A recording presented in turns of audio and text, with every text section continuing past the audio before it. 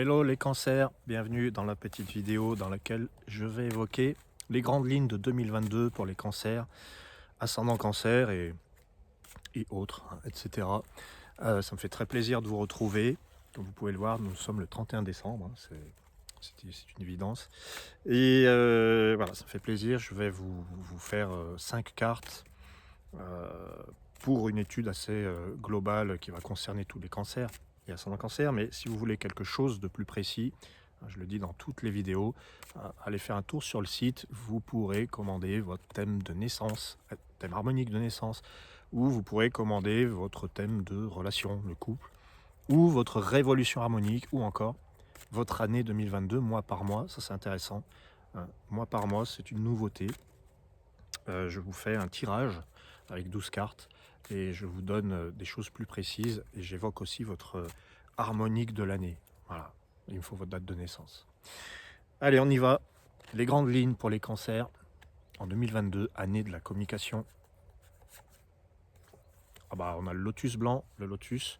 Ça me fait un peu rire parce que le lotus ressemble beaucoup au signe du cancer. C'est une plante aquatique, hein, signe d'eau, cancer. Le lotus, c'est le signe dans les harmoniques des racines. Et quand on a le lotus blanc, hein, la grande ligne de votre année, les cancers, c'est surtout prenez soin de vous. Bon, ça peut être valable pour tout le monde, prenez soin de vous, mais plus particulièrement pour vous les cancers, parce que peut-être que vous avez oublié de prendre soin de vous, peut-être qu'on vous a un peu pris pour quelqu'un de corvéable. Et ça, c'est pas tout à fait normal, ça se peut. Moi, quand je vois le lotus, je vois ça. Parce que le lotus, c'est le signe qui prend soin. Mais est-ce qu'il prend soin de lui? Voilà. Soignez-vous, les cancers. Pensez à vous.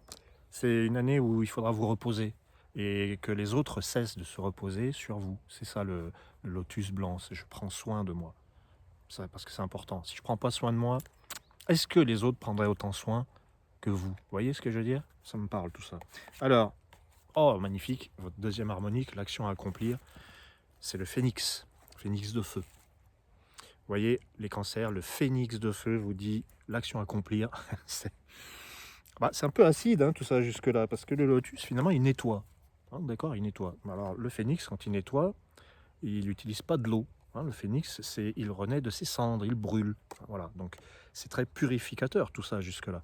Donc, vous allez reprendre votre énergie à condition de brûler quelque chose et de vous révolter, de retrouver. Voilà, il y a un regain d'énergie. Phénix de feu, c'est une belle renaissance. Donc l'action à accomplir, c'est brûler pour renaître. On va pas vous faire un dessin, les cancers. Voilà. Ensuite, le troisième, c'est le vent. C'est pas l'action à accomplir, c'est plutôt la direction à prendre, la pensée à avoir, l'être intérieur de vent. Alors la direction à prendre, c'est vers soi. Voilà. Comme ça, c'est pas compliqué. L'être intérieur, c'est dirigez-vous vers vous, protégez-vous.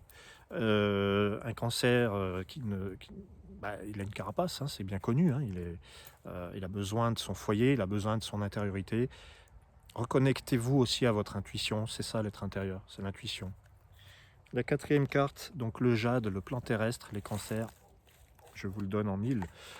L'arche de jade, eh bien alors là, euh, autant l'être intérieur c'est tout en dedans, c'est recentrez-vous, allez vers vous, autant là, dans le plan terrestre, l'arche, on vous dit prenez votre place aussi dans le monde. Le monde est vaste, vous avez beaucoup de choses à faire. Et si vous vous enfermez, alors c'est ça aussi, hein, l'être intérieur, si vous enfermez dans un rôle ou dans une vie, vous allez passer à côté de pas mal de choses. Donc vous êtes invité avec l'arche de jade à élargir votre horizon, à voyager, ou si vous ne voyagez pas, à peut-être vous accorder plus de liberté, plus de choses. Et puis explorer un peu le monde, explorer votre monde, votre vie, votre quotidien. La cinquième carte, les cancers, c'est l'aura, l'aura d'ambre. Ah, bah alors l'aura d'ambre, voilà, l'ambre, c'est la vie intérieure, la vie affective, et ça, c'est tout le contraire, c'est la vie sociale, c'est le rayonnement. Comment est-ce que vous rayonnez, les cancers? Peut-être que, vu qu'il y a une aura d'ambre, peut-être que vous rayonnez tout en dedans. Alors il y aurait moyen de vous épanouir davantage en 2022. C'est l'année de la communication. Peut-être montrez-vous sous un jour qui correspond plus à ce que vous êtes en réalité. Moi, je pense que c'est une année de guérison 2022, je vous le souhaite, parce que vous avez le lotus, qui est la carte du soin, vous avez le phénix, qui est la carte de la renaissance, hein, l'arche de jade, qui vous dit découvrez le monde, hein, votre monde extérieur, et puis l'aura d'ambre, qui vous dit vous rayonnez ce que vous êtes en dedans. Donc si vous voulez avoir un rayonnement fort avec l'extérieur, il faut que ça corresponde, il faut que ça colle avec ce qui est là. Je vous en dis pas plus. Si vous voulez des études plus approfondies, plus appropriées à votre cas précis, allez donc dans la boutique ou contactez-moi. C'est l'année de la communication. Vous pouvez me contacter Facebook, WhatsApp, Instagram. C'est Angelo Loria Crea. Enfin, il y a des tas de manières de me trouver. C'est pas bien compliqué. Je vous embrasse, les cancers, les ascendants cancers. Prenez soin de vous, comme dit le tirage, et à très très bientôt. Ciao.